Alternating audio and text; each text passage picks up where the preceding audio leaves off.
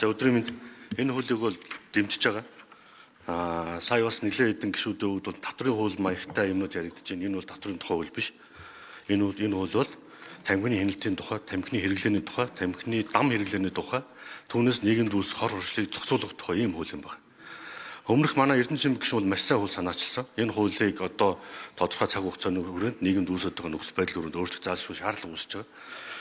Өмнөх хууль дээр бол ерөөсөө тамхи гэдэг бол ганцхан залттай байхгүй. Тамхин бүтээгдэхүүн гэдэг нь ингээд үнэрлэх, жажлах зорилгоор ингээд тамхины төрлийн бүтэн одоо навчаар хийсэн гэдэг. Одоо энэ дээр чинь шинээр үүсэж байгаа захлагаан тамхиг, халаагуур тамхиг, одоо шингэнээр ууршуулан татж байгаа тамхиг, түнтэй адилж байгаа электрон тамхи гэх мэтийг хуулийн зохицуулд болгож оруулж байгаамаа. Энийг хуулийнхан тэр одоо яг томьёолж байгаа эдемийг та нар сайн хараачаа гэж бас хэлмээр байна.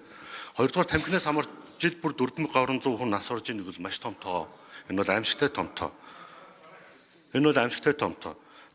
Гуравдугаар сая мөнх сайхан сайд гишүүн бас хэлж байна. Тамхи татхнаас 3 насаар залуулж байна гэдэг. Энэ дахиад цаашаа залуулж байна. Хэрвээ энэ байдал өөрчлөгдөхгүй бол яагаад вэ гэхээр одоо өнгөрсөн он зөвхөн би та нарт гайлын эдийн мэдээлэл авснаа хэлж өгье. 2024 онд 3.1 тэрбум янзур шавь тамхи 59 сая доллараар Монгол улсад орж ирсэн, импортлогдсон. Энэ жил 3.5 тэрбум ширхэг тамхи 66 сая доллараас нэмэгдсэн. Энэ тоо дахиад нэмэгдэнэ. Энэ зохицуулт хийгдэхгүй бол 8.2 сая электрон тамхи болсон. 21.2 сая доллараар. Бусад төрлийн тамхи нь 18.9 сая доллар. Ингээд нийтдээ 100 сая долларын зах зээл дээрээс хинч ашиг сонирхлын зөрчлийг харж үлдэнэ. Тийм учраас улсын хурл энэ тамхины үйлдвэрийг хэлцэгсээр шийдэж цааш явах хэрэгтэй. Зарчмын зөрүүтэй асуудлууд бол ажлын сэдвээр гараад өөрчлөх хэрэгтэй. Энэ салдууч бүгд нээлттэй шүү дээ. Та нар боддоо 100 сая долларын зах зээл дээрээс хэн зүгээр энэ зах зээл дээрээс тодорхой юмны эрх ашигыг хөндөгдөхийг хүсэх юм бэ? Эрх ашиг нь хөндөгдөд байгаа учраас тал бүрийн лоббинд яваад байгаа байхгүй юу? Зарим төрлийн тамхи 6.8 буюу 689% импорт нэмэгдсэн байна. Сайн манай золжралч шүү хэлж хүүхдүүдийн хэрэглээг ярьж байна гэдэг. Та нар өөрсдөө хүүхдүүдэд ирээдүйд тамхи татдаг болохыг хүсэх үү? Энэ хамгийн ихний асуулт. Та нар ирээдүйд хүүхдүүдэд тамхи татдаг болохыг хүсэх үү?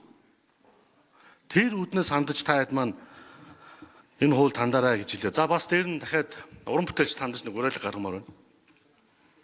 Өөрсдийн чинь уран сайхны кино, клип, аливаа арга хэмжээнд дээр тамхитай холбоотой дүрслийг, тамхитай холбоотой зураг авалтыг бууруулаач, бүр чаддгүй юм байна. Бүр бууруулсан. Тэгээд ер нь бол тамхи 5 насыг хорооно, арх 10 насыг хорооно гэж үг байдаг.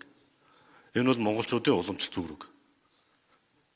Тийм учраас бид нар энэ бүх зүйлүүдийг бодоод энэ хуулийн хэлцгсийг шийдэж яваасаа гэж одоо хурлын гишүүдээс хүсье.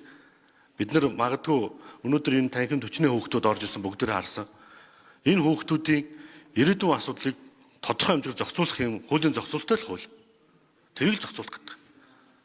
3 насаар хүүхд тамхи татдаг хүний нас богиносноо гэдэг чинь дараагийн судалгаар 4 болвол яах? 5 болвол яах? Хэрэглээ чинь жил бүр ингэ өсөд шүү дээ. Жилд 10 сая доллар тэрбум сая ширхэхээр. Тэр үүнийг одооноос ингэ зохицуулт хийхгүй бол бид нэргсэн хон хашгирах гихчээр нийгмийн эрүүл мэндийн сан чин эмнэлгүүд чин тамхинаас шалтгаалсан үйлчлэлөө дийлэхгүй болох юм нөхцөл байдал хүрсний дараа бид нар асуудлыг ярьж болохгүй шүү гэдэг хэлэх гэсэн.